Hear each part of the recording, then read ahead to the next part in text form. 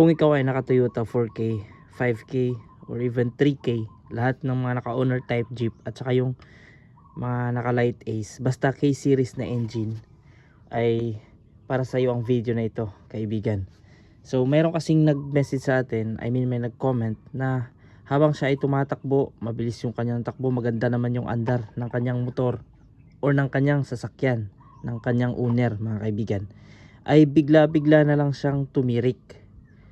So tinanong ko sa kanya, ano ang dahilan? So hindi niya matukoy kung anong dahilan kung bakit siya biglang tumirik. So ang unang pinagawa ko, i-check mo muna kung may gasolina ka. So mayroong gasolina. Then punta ka sa iyong hood, sa iyong karburador. Tingnan mo doon sa karburador mo kung may gasolina. Doon sa mga original na carb kasi, salamin ito. Makikita mo dyan kung mayroong gasolina. Then chinek niya, pinakita ko sa kanya, meron namang gasolina daw.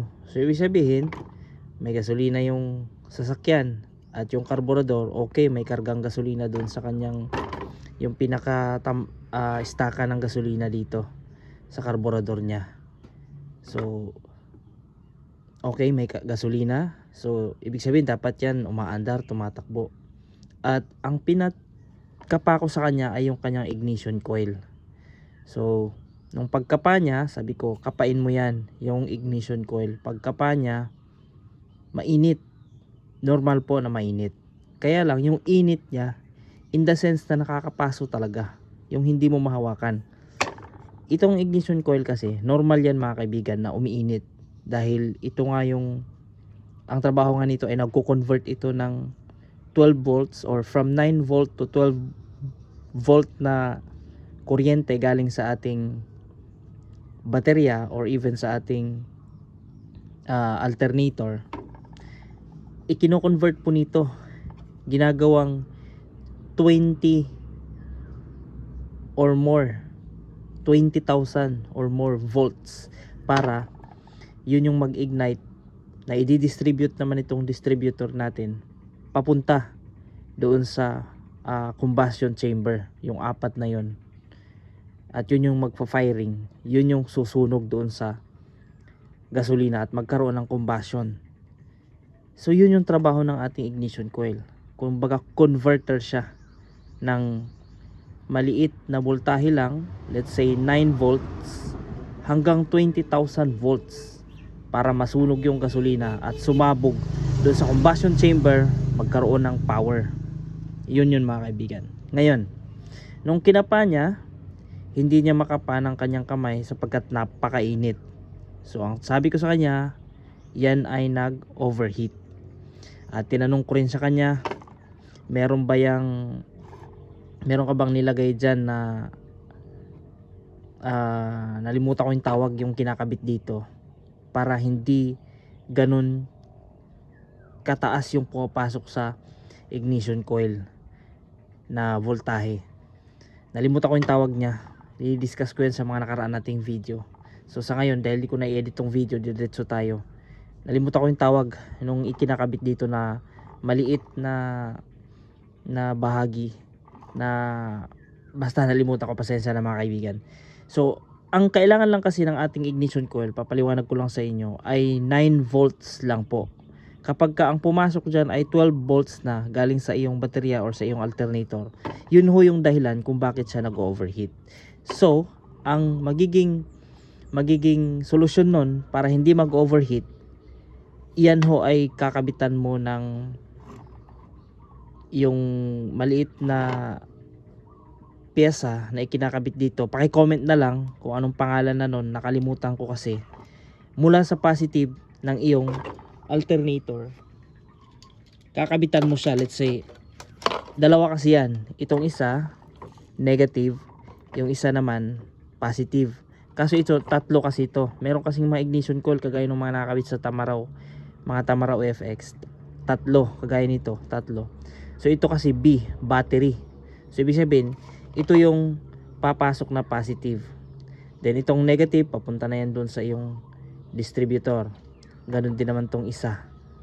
So mga kaibigan, so balik tayo doon sa dalawang terminal, positive saka negative. Yung sa negative kasi ninyo, yun yung papunta sa distributor. Then yung positive naman, yung manggagaling sa iyong baterya or sa iyong alternator. So pag kinabit ganyan, bago mo ikabit yun, kasi 12 volts yung galing sa baterya, gagamit ka nung magko-convert para paliliitin niya yung voltahe na papasok sa iyong ignition coil. Instead na 12 volts galing sa baterya, merong dadaanan siya na maliit na pyesa yon, nabibili natin yon. Ilagay ko lang sa pin comment pag naalala ko. Then yun yung ikakabit mo rito sa positive. So ibig sabihin, yung galing sa baterya mo na 12 volts, ganyan, let's say 12 volts ito, galing sa baterya na dumaan sa alternator, na minsan pag nag-rev ka, yung alternator natin tumataas pa yan hanggang 14 volts. Lalo pag overcharge na yung alternator, no? Kaya yun yung dahilan kung bakit nag-overheat yung ignition coil, lalo pag direkta lang. So let's say ito, merong 12 volts. Ikakabit mo yung pyesa, tatalon dyan. Pagdating sa ignition coil, magiging 9 volts lang mga kaibigan. So yun yung gamit ng pyesa na yon. Ngayon, kapag ka nakabitan mo na yan, 9 volts na lang yung papasok. So mamiminimize, mababawasan yung pag-overheat ng iyong ignition coil, at hindi na yan magiging dahilan ng iyong pagtirik. So ang dahilan kasi kung bakit tumirik, biglang namatay ang iyong sasakyan, kasi sobrang init na, nag-overheat na nga siya, hindi na siya ngayon makabato ng tamang kuryente papunta sa iyong distributor. Kaya pagpansinin niyo, pagka nag-overheat ito tapos in-start mo, walang kuryenteng bumabato dun sa apat na wires, dun sa high tension wire papunta sa iyong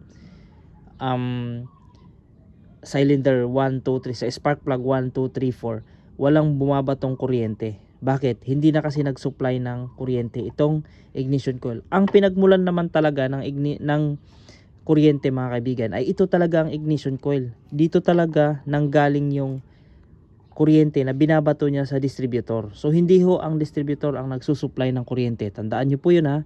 Hindi ang distributor ang nagsusupply ng kuryente. Ang nagsusupply o nagbabato talaga ng 20,000 volts papunta sa iyong cylinder ay itong ignition coil mismo.